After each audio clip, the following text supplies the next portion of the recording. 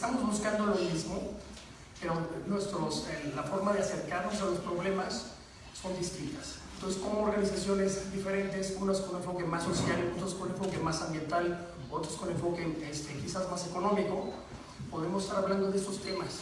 Porque nos interesa la sustentabilidad de los bosques. Nosotros en Reforestamos creemos que para que los bosques sean sustentables tienen que ser competitivos. Pero también hay que reconocer que gran cantidad de los bosques y selvas en México pues son propiedad de ejidos y de comunidades, por lo cual necesitamos que sean nuestros grandes aliados en el tema de la legalidad. Pero primero quiero empezar, le voy a pasar la palabra a Raúl para que nos dé un marco de qué significa la legalidad. Por favor, Raúl. La legalidad forestal y cómo la abordamos nosotros, ¿no? Buenos días, muchísimas gracias Ernesto, Karim, también muchas gracias a las compañeras del World Resources Institute, Adriana, Ruth, y felicidades, que bueno que estén acá con nosotros, a todos los presentes. Y bueno, pues la Alianza por la Legalidad y la Sustentabilidad Forestal está formada por, hasta este momento, participa la red MOCAF, está Reforestamos México y está el Consejo Civil Mexicano para la Silvicultura Sostenible, al cual yo represento como coordinador de políticas públicas forestales. Decidimos hacer esta alianza por la legalidad forestal porque nos damos cuenta de que el sector forestal y los bosques, en primer lugar, los bosques pues siguen sufriendo tasas de deforestación sumamente graves, preocupantes.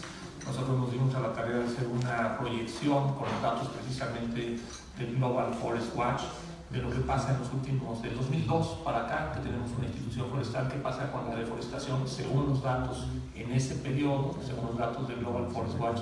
La deforestación está en aumento. O sea, siempre decimos que está decreciendo, vamos bien, porque bueno, ahí la llevamos, tenemos un compromiso muy importante de reducir a cero la tasa de deforestación neta para el 2020.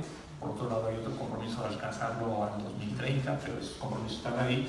Los compromisos no son gratuitos, son muy importantes. El hecho es de que sí vemos que, por un lado, ese problema es muy preocupante, y por otro lado, también nos damos cuenta de que la producción, no solo los bosques están a la baja, la producción forestal legal está a la baja. Lo hemos reiterado muchas veces, de 10 o 12 millones de metros cúbicos, 10 millones de metros cúbicos que estuvieron produciendo hace unos 15 o 17 años. Ahora pues andamos entre los 5 y los 6 millones de metros cúbicos, quiere decir que los bosques están desapareciendo y su capacidad productiva, con menos legal, está también pues muy mermada.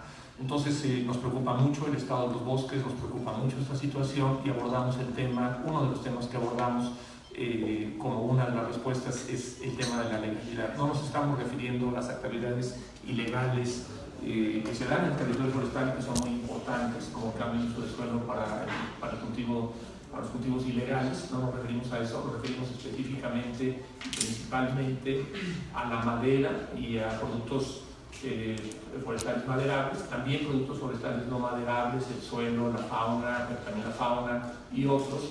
Y lo que tratamos de hacer en estos temas es fortalecer los instrumentos que existen para garantizar que la madera que llega a una mesa, a una puerta, a una cuna, o que llega de alguna manera a un piso, o que llega al consumidor final, tengamos la garantía de que viene de un origen legal. ¿Qué quiere decir un origen legal? ¿Cómo lo definimos nosotros? Un origen en el que existe un estudio, existe un inventario, existe un estudio que está aprobado, que nos muestra cuál es la demografía, cuáles son las tasas de crecimiento, cuál es el crecimiento del bosque, cuáles son sus incrementos anuales, cuál es la calidad del sitio, cuáles son los problemas que enfrente, cuáles son las medidas de restauración que vamos a tomar, cómo vamos a enfrentar los temas de sanidad, cómo vamos a enfrentar los temas de restauración. Todo eso debe estar contenido en un plan, y ese plan debe estar aprobado por las instituciones, por las instancias que deben de llevar un control y registro de esos planes. Todo aquello que lo tenga, no hay una garantía de que se está aplicando bien, pero si lo tiene es el punto de partida de la legalidad. No sabemos cuánta ilegalidad hay, ese es otro grave problema entre nuestras preguntas. Ya lo hemos hablado un poco en el tamaño de la ilegalidad, pero sí sabemos que es sumamente importante. No solo produce degradación, sino que también tiene otro impacto muy importante, que es el que atenta muy directamente contra la competitividad de las empresas forestales comunitarias que están tratando de hacer su manejo legal. Entonces, ¿cómo la definimos? La legalidad que nosotros abordamos es aquella madera o productos forestales no maderables que tienen desde su origen un buen plan de manejo, un plan de manejo aprobado. Más bien no calificamos la calidad del plan, sino el hecho de que provengan de un plan de manejo y que exista la posibilidad de saberlo, que sepamos si la madera que estamos comprando en una maderería o en una puerta o en cualquier otro momento, esa madera efectivamente puede rastrearse hasta sus orígenes, ¿no? Tenemos aquí algunos invitados del estado de Chihuahua, del municipio de Guadalupe y Calvo, que me estaba platicando hace un momento, el señor Ángel de la Rocha, y nos estaba platicando cómo allá en todos lados lo vemos, pero ahorita completa nos están platicando de esto, cómo llegan caravanas de camiones, de troceros a los aserraderos sin papeles y cómo salen de los aserraderos con factura. Pese a que hay un sistema digamos, supuestamente de control, todo lo que entra al aserradero se le aplicaría su coeficiente de aserrío y saldría pues un volumen determinado. Esto no está ocurriendo, se nos están yendo por ahí miles y miles y miles de metros cúbicos de madera que entran al mercado y que compiten de manera ilegal. Entonces, ese es el problema que queremos abordar. Produce degradación, produce pobreza, impide que se realicen los objetivos de la forestería comunitaria, daña directamente a la economía de los productores. Y bueno, pues ese es el motivo por el que hemos organizado esta alianza. También nos interesa mucho abordar el tema de las compras del gobierno. El gobierno no sabemos, no sabe, el propio gobierno no tiene la certeza ni tiene los instrumentos para tener la certeza de que la madera que se está utilizando en la obra pública, en el aeropuerto, en los segundos pisos, en las plataformas de Pemex, tiene un origen legal. Es poco, muy poco, la capacidad que tiene las instituciones de gobierno de garantizar esta legalidad, y nos parece que hay una gran oportunidad de fortalecer a las empresas forestales comunitarias y su competitividad desde pues ya que tiene esa obligación legal que es el gobierno. Entonces, bueno, eso como introducción. Le dejo la palabra a Muchas gracias. Muchas gracias, Raúl. Y muchas gracias a mis compañeros. Lo que nosotros queremos dejar claro, perdón por la voz, definitivamente no tengo mucha el día de hoy, ojalá fuera fiesta, es dejar claro que el tema forestal es un tema importante. Cuando nosotros empezamos a trabajar en Reforestamos, teníamos una visión bastante limitada del tema forestal. Por eso era como el tema de plantar arbolitos desde un enfoque urbano. Y poco a poco nos fuimos dando cuenta que el tema forestal no es solamente un tema ambiental, tampoco es un tema puramente social y tampoco es económico, son todos juntos. Es un tema de sustentabilidad. Estábamos de alguna forma trabajando con empresas forestales comunitarias que podían estar produciendo madera certificada bajo los mejores estándares y que de repente queremos llegar al mercado de productos ilegales que hay. Tienen que sacrificar sus utilidades y eso obviamente impactaba la rentabilidad y competitividad. Y empezaban a perder el interés de seguir certificando sus bosques y obviamente poco a poco irse de alguna forma orientando hacia el camino de la informalidad o el camino de la ilegalidad. Entonces, a través de las diferentes conversaciones que hemos tenido, vemos la importancia efectivamente no solamente de facilitar este manejo forestal legal, porque si lo facilitamos, un mayor número de ejidos, comunidades forestales podrían estar desarrollando emprendimientos para poder proveer el mercado interno nacional. Entonces, realmente, ya de ayer estuvimos con el CESPES, que es el Centro de Estudios Empresariales para el Desarrollo Sostenible, y ellos con una visión que nos dijeron, es que México no es agrícola, México es forestal. Sí somos forestales, a lo mejor sí, por la gran cantidad de bosques y selvas que tenemos y por los 12 millones de personas que viven en ellos. Pero ¿cuánto están aportando a la economía? ni siquiera llegamos al 1% del PIB. Cuando estamos hablando de áreas forestales, no digamos solamente bosques y selvas, son 63 millones de hectáreas aproximadamente arboladas.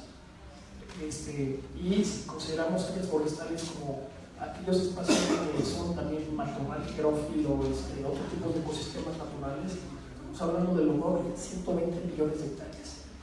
2/3 de la superficie nacional que no están aportando más que el 1%. Entonces, obviamente tenemos mucho que hacer para poder ir alineando los esfuerzos que transformen esa visión forestal y obviamente que se facilite la legalidad y que haya compras legales con la visión del mercado, donde cada uno de los sectores asuma su responsabilidad en esos temas. No solamente el gobierno, también el sector privado. El lunes pasado lanzamos la alianza, ¿cuántas alianzas estamos desarrollando? La Alianza Mexicana de Biodiversidad y Negocios, donde también el sector privado empieza a poner atención a estos temas. Y efectivamente, este año tenemos una COP Biodiversidad, que es la gran oportunidad para poder facilitar esos procesos, ¿no?, que tienen que hacerse a nivel legislativo. Está la ley forestal bajo la mira, ojalá que en este año podamos tenerla y que nos ayude efectivamente para que los bosques y selvas puedan ser nuestros principales aliados para alcanzar las metas de desarrollo sostenible, no solamente la meta 15 de vida en ecosistemas terrestres, sino en todos y absolutamente cada una de las metas: combatir la pobreza, fomentar economía, empleo, igualdad de género, tener agua, acciones contra el cambio climático, etc. Entonces también hay una serie de metas asociadas a la COP13, ¿no? Las metas de Aichi. También el sector forestal puede ayudar muchísimo a cumplir estas metas como país. Y pues entonces le paso la palabra a Gustavo para que nos dé un poquito de diagnóstico. Gracias, Ernesto. Buenos días a todos, a todas. Me parece muy afortunado y me siento muy honrado de que Reforestamos México nos haya propuesto utilizar este escenario del cuarto foro sobre legalidad para la presentación de esta plataforma que es la Alianza Legalidad para la Sustentabilidad Forestal. Creo que todas las organizaciones que estamos participando en este proceso estamos convencidos de que solos no podemos, de que necesitamos tener un abordaje multifactorial de este problema y también desde diferentes ópticas, perspectivas e intereses. Hablando un poco del diagnóstico de la legalidad, bueno, tendríamos que mencionar lo que señalaba Raúl hace rato, de que para empezar hay que construir un concepto de legalidad. Estamos partiendo de este concepto que señalaba Raúl, pero debemos discutirlo como país y tener un concepto de legalidad que nos proporcione a todos certidumbre y donde todos sintamos respetados nuestros derechos. Por ejemplo, no quisiéramos que el tema de legalidad criminalizara los aprovechamientos consuetudinarios y por usos y costumbres de comunidades locales y de pueblos indígenas. Nuestro concepto de legalidad al que aspiraríamos llegar junto con todos ustedes tendría que ser también un concepto que distinga entre lo que es una actividad del crimen organizado, un tráfico de madera a gran escala, al aprovechamiento que sin un permiso, pero que de pronto lo puede hacer un campesino o un indígena de su predio.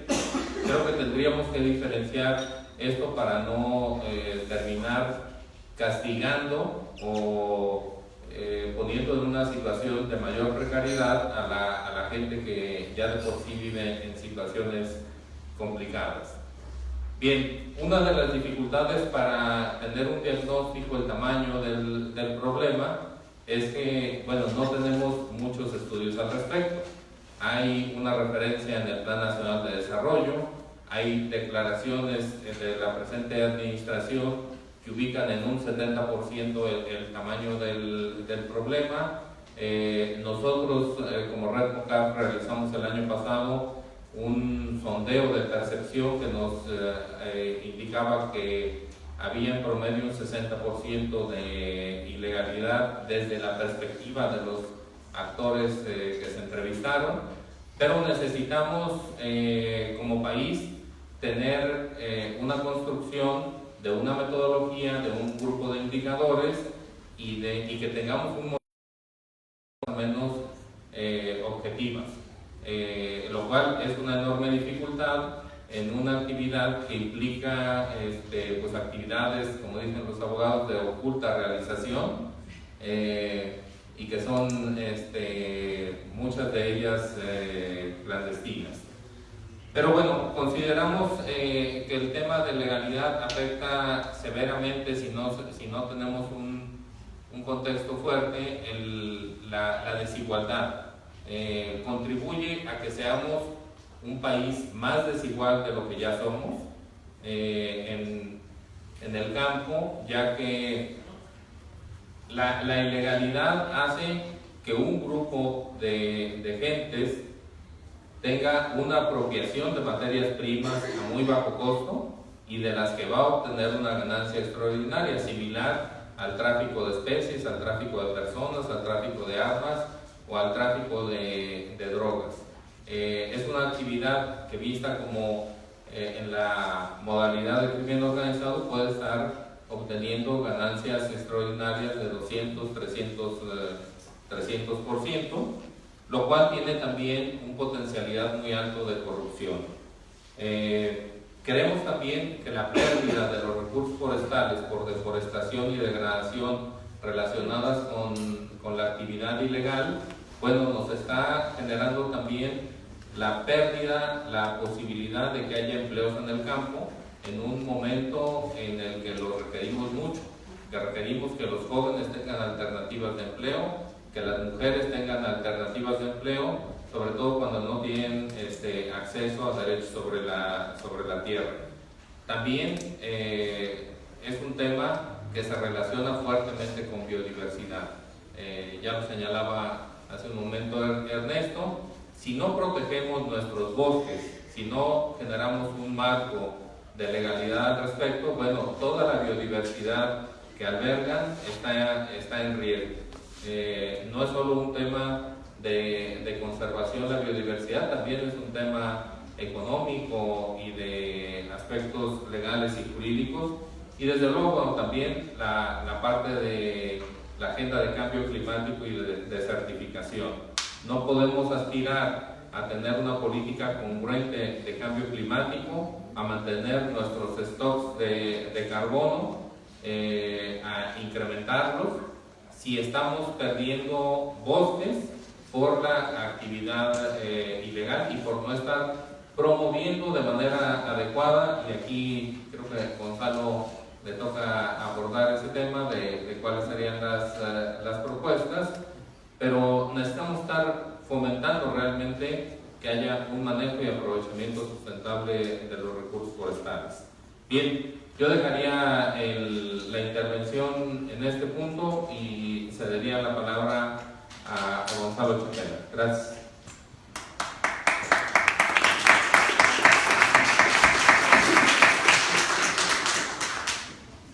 Buenos días. Pues como podemos estar viendo, tenemos un tema que es muy complicado, que es multifactorial, dijo Gustavo, y eso no admite respuestas sencillonas, así fáciles. Tenemos que pensar en un sistema de respuesta a todo esto, ¿no?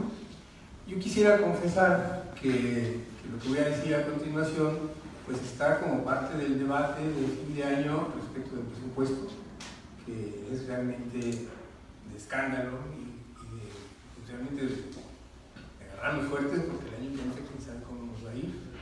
Y Y el tema otro también de que está en discusión desde el 20 de septiembre, de una iniciativa de reforma integral, dice, de la ley forestal, de la Ley General de Desarrollo Forestal Sustentable. Entonces, no soy inocente, lo estoy confesando, ¿no?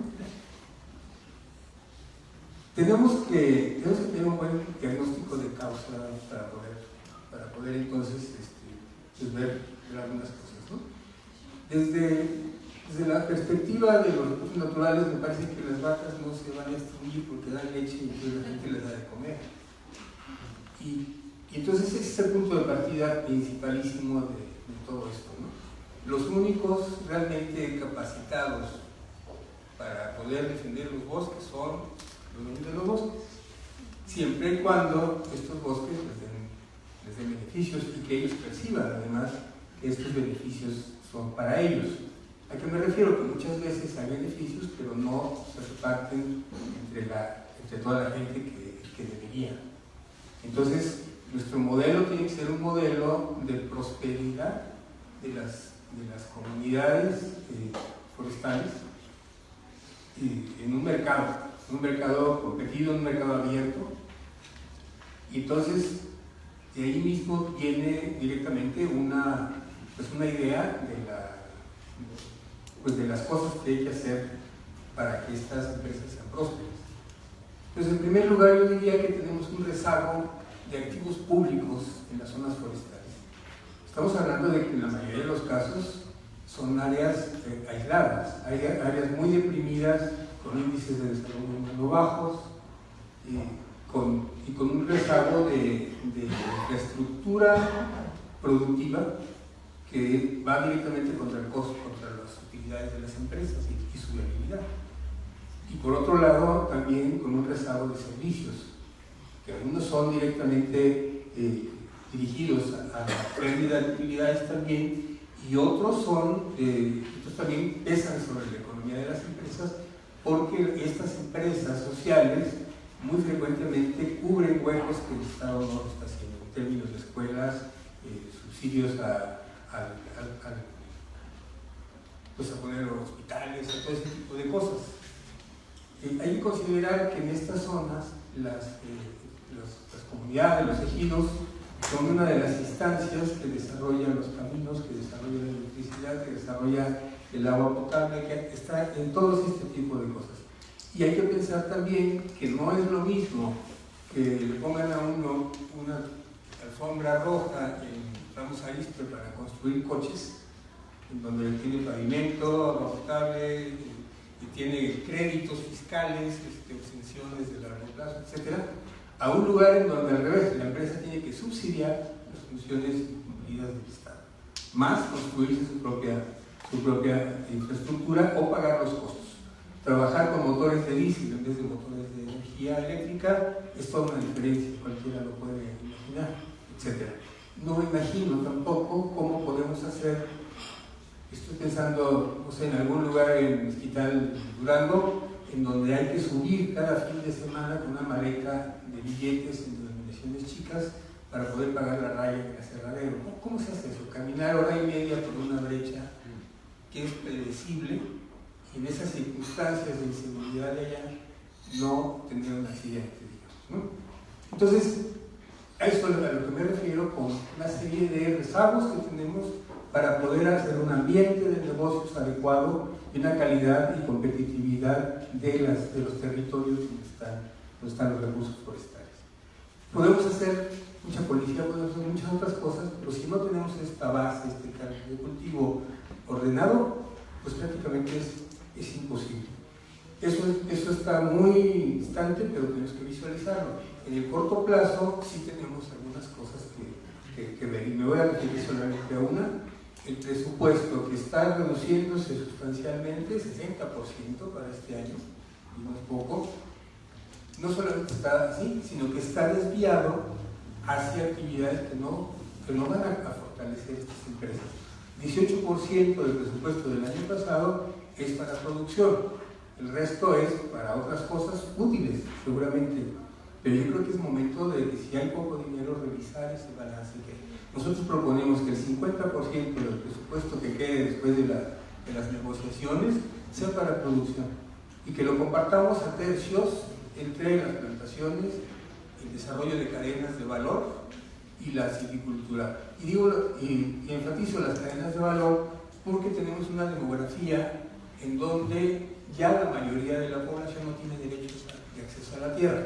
Entonces hay una exclusión que destruye el tejido social de las comunidades y las posibilidades de gobernanza que este tejido social nos aporta como la mejor condición de protección de los recursos naturales.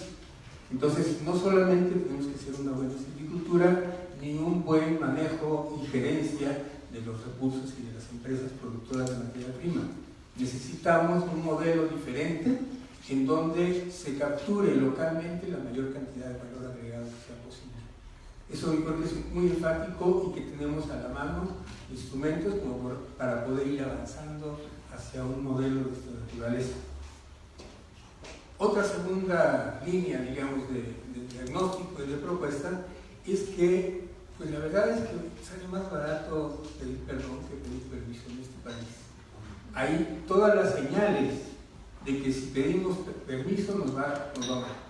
Si tenemos una plaga en la Sierra Norte de Juárez, si tenemos una plaga, nos va a tardar 2 años en que nos den un permiso. Si de repente a alguien se le ocurre que tenemos un problema ahí, van a restringir la documentación de tránsito de los productos forestales. Entonces, hay una circunstancia en donde tenemos una reglamentación muy engorrosa. No hablamos entonces de que una solución a esto es la desregulación, sino una adecuada regulación, que sea eficaz, que sea fácil.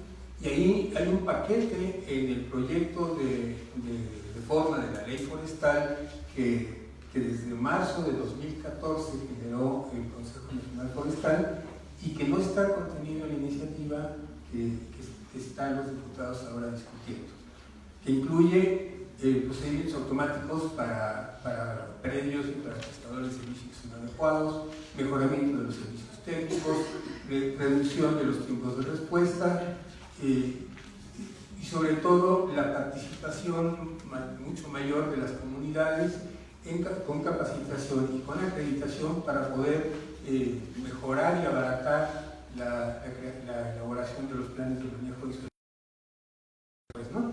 Otra tercera cuestión es que necesitamos regular toda la cadena. Estaba diciendo hace un momento Raúl cómo se lava, diríamos, así como el dinero ilegal. También la madera ilegal se lava a base de madererías que inclusive no existen. Nos juntamos 3, creamos una empresa, pagamos los impuestos, facturamos y puede ser muchas veces madera ilegal.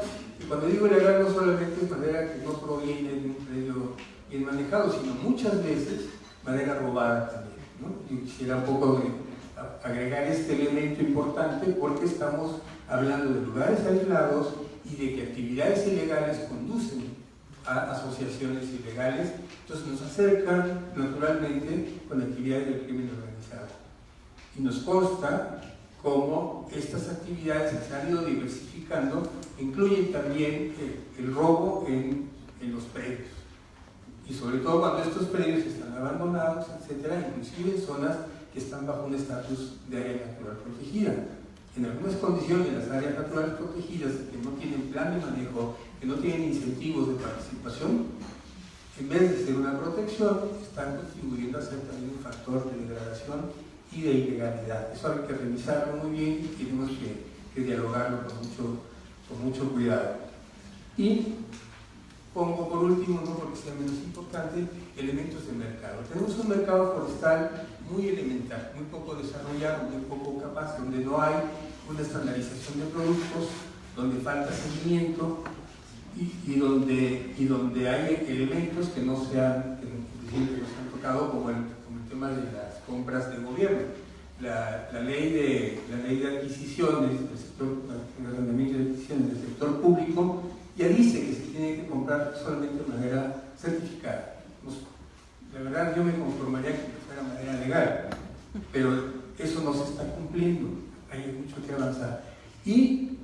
bueno, lo que parece más evidente, por lo que vemos no es lo único ni lo de fondo, es el tema de la vigilancia.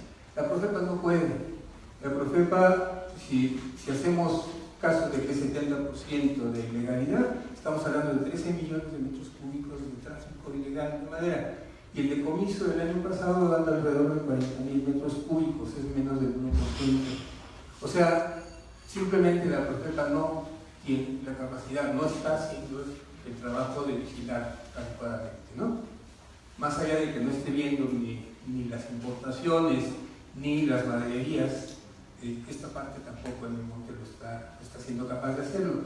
Entonces, el punto sería involucrar mucho más a las comunidades, lo que sean dos líneas principales, involucrar mucho más a las comunidades para que participen en esas tareas, pero esto solamente puede ser para evitar situaciones como la de los guardias comunitarios y estas cosas que ya hemos vivido en México, en Michoacán y Guerrero también.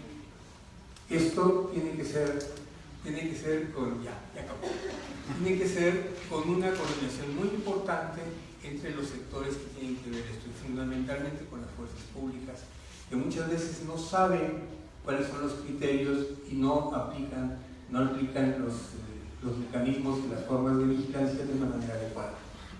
Y caemos en cuestiones como criminalización de los que no deben y dejar pasar a los que sí. Y esto, pues, hay que decirlo como es, tiene un fondo de control de corrupción indispensable que tenemos que hacer en corto plazo. Bueno, pues espero haber mostrado que es un tema que tiene como la hidra, ¿verdad?, muchas cabezas y que a veces se cortan unas y salen otras, pero que tenemos que empezar por algún lado lo más pronto que sea posible, lo más fuerte que sea. Política, voluntad política.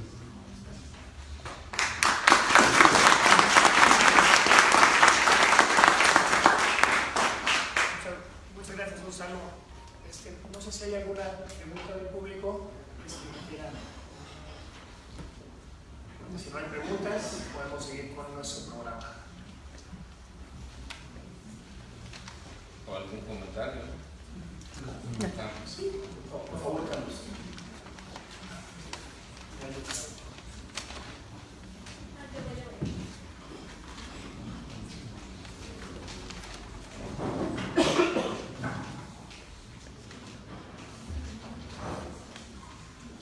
Muchas gracias, los felicito a los cuatro. Creo que estos espacios nos dan la oportunidad de reflexionar sobre todo a nuevas alternativas o nuevas formas de hacer las cosas, porque lo cierto es que después de 7 leyes forestales a partir de la del 26, que empezó a contener elementos para tratar de frenar la destrucción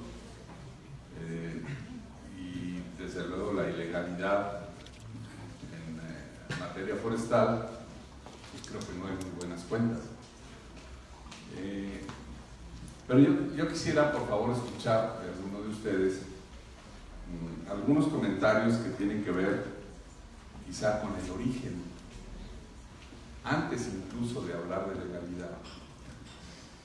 Sí, y esto se los comparto, no es una idea exclusivamente mía. El presidente de la Academia de Ciencias Forestales, Hugo Ramírez, el otro día se hacía el cuestionamiento: ¿de quién son los recursos forestales? O sea, ¿de quién es cada palo que se aprovecha?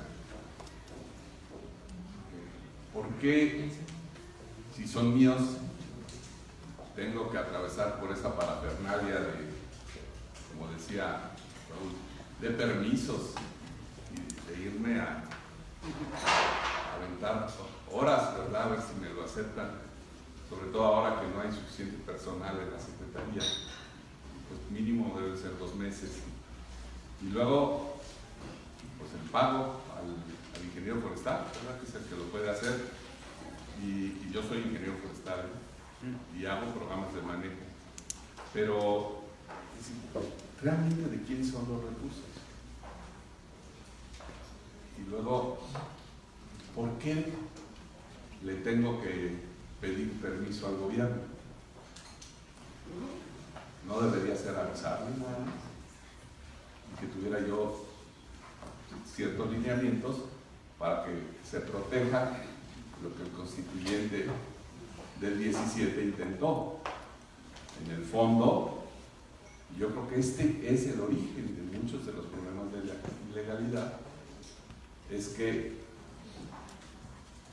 toda la parte de los servicios, sobre todo los servicios que siempre se hablaron como intangibles, que brindan los recursos forestales, y antes el constituyente estuvo muy preocupado por el asunto de regulación del régimen hidrológico. Entonces no se hablaba de captura de carbono. No son nada más para el dueño de la tierra, sino son para muchos otros mexicanos, y si somos así, pues para el resto de los habitantes del mundo. Me gustaría escuchar ese comentario. Y el segundo, yo creo que el problema de las cifras de la ilegalidad a veces es que no se ha hecho un análisis profundo.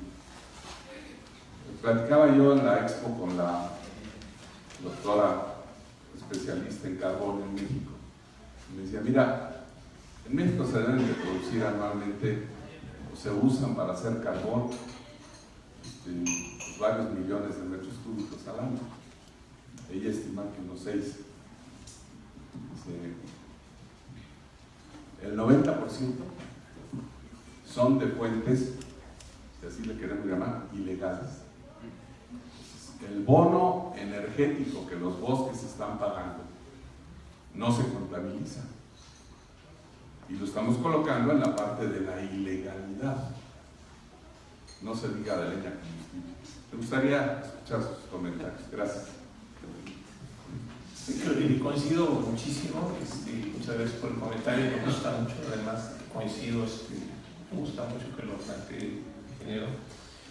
Yo pienso que lo que estamos buscando, más allá del ejercicio del derecho al territorio que tienen los dueños de ese territorio, desde el punto de vista, en México más del 80% de los bosques, o cerca del 80% de los bosques, y más de la mitad del territorio son ejidos y comunidades. Entonces, en términos generales, son los ejidos, las comunidades y también las propiedades, que también son importantes, son los dueños de los bosques y los recursos, y tienen además derechos. El segundo constitucional le atribuye la libre determinación a las comunidades indígenas y a sus equivalentes que se pueden equiparar con ejidos y comunidades.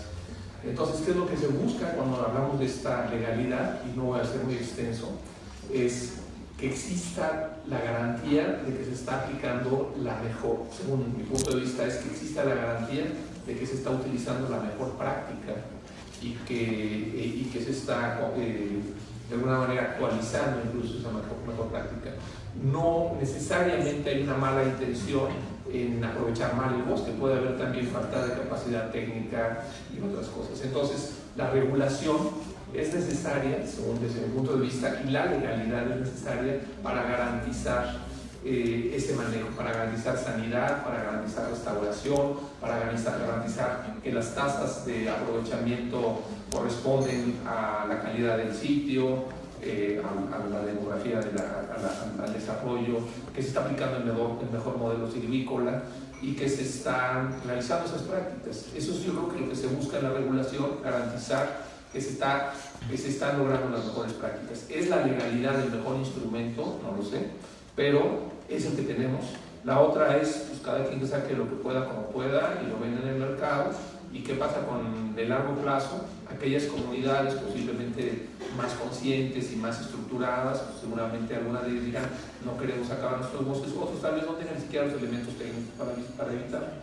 Por ahí iría mi respuesta en ese sentido, pero coincido plenamente en que todo el exceso de trámites y toda la sobreregulación no solo consiste en una carga que impide la realización de la competitividad de las empresas, sino que también viola los derechos la sobreregulación. Es una violación de derechos, y que creo que la regulación es necesaria. La sobreregulación no solo boicotea a las empresas forestales comunitarias y al aprovechamiento ya la misma conservación de los bosques, sino que viola los derechos de los dueños.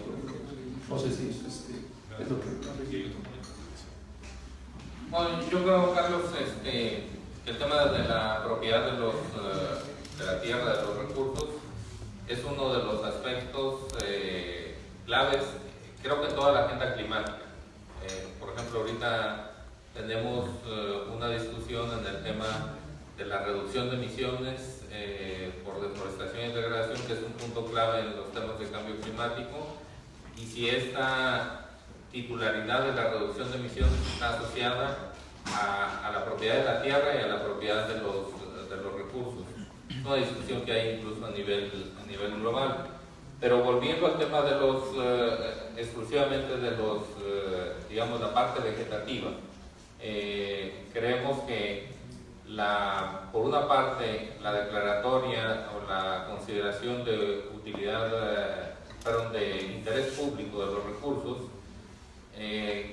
contra el reconocimiento de la propiedad de los mismos, nos parece que ha generado políticas no muy afortunadas, a veces muy laxas, a veces demasiado paternalistas, a veces muy burocráticas, y creo que tal vez a la luz de la revisión de la ley forestal que se está, digamos, discutiendo en la Cámara de Diputados, pueda ser una oportunidad para encontrar los equilibrios en donde tengamos un adecuado incentivo para los dueños de los recursos, y por otra parte una presencia del gobierno en los puntos claves donde necesitamos que esté presente, y en otros también tratar a los dueños y poseedores como mayores de edad. Gracias. Sí, yo también quería hacer un comentario, Carlos. Yo creo que el origen o una parte importante de esta problemática es que hay que diferenciar entre propiedad y apropiación. Entonces, la política de concesiones, que por muchos años fue la que rigió en México, primero empresas internacionales que estuvieron haciendo grandes tonterías, ¿no? Principio del siglo, final del otro, etcétera, hasta las empresas paraestatales. En todos los casos, tierras que eran de las comunidades no estaban gestionadas por las comunidades. Entonces, eso ha hecho una distancia entre el dueño y su propio recurso. Yo creo que eso está así muy en el fondo, muy digamos, grabado en cosas culturales muy profundas, y que se ha quedado en la mayoría de las comunidades, son muchas, como una manera de relacionarse con estos recursos. Yo diría que en 1992 la reforma de la ley de 86 justamente iba en el sentido si es mía, que me la quiere regular, y fue desregulación. Me parece que esa película la vimos y no nos gustó mucho tampoco, y hubo que en 95 tratar de buscar un equilibrio en otro punto donde sí hubiera control. Entonces, yo lo único que diría, y aprovecharía para reiterar que la posición de ALESFO, de la Alianza por la Legalidad y Sustentabilidad Forestal, no es la desregulación, sino es reducir el costo de transacción de una regulación que sea eficaz, que sea participativa, que sea racional, y que vaya de alguna manera regresando un poco las vueltas de tuerca que ha dado la desconfianza. O sea, cada vez que hay una regulación, hay un invento para burlar la regulación, y por lo tanto un candado que hace más pesada la regulación. Entonces yo creo que esa montaña de trámites y de controles sobre los controles nos generan los costos, pero también es resultado vamos a hablar en términos mexicanos de la gandalle, ¿no? Entonces, recuperar la confianza entre el Estado que regula y los particulares que son regulados para poder ser finlandeses, eso yo creo que es una tarea por construir, tanto la apropiación de los dueños sobre su recurso, como este trato de confianza. Y yo creo que si logramos nosotros esto, formularlo en unos tiempos y en un proceso que sea racional y que sea viable, realista, tal vez nos pone en un camino de convergencia entre estas antípodas de no me regules nada o no te dejo hacer nada. Tiene que haber un punto intermedio donde nos vamos a entender. Y en ese sentido también es cómo vamos evolucionando como sector, para que también el sector de los profesionales forestales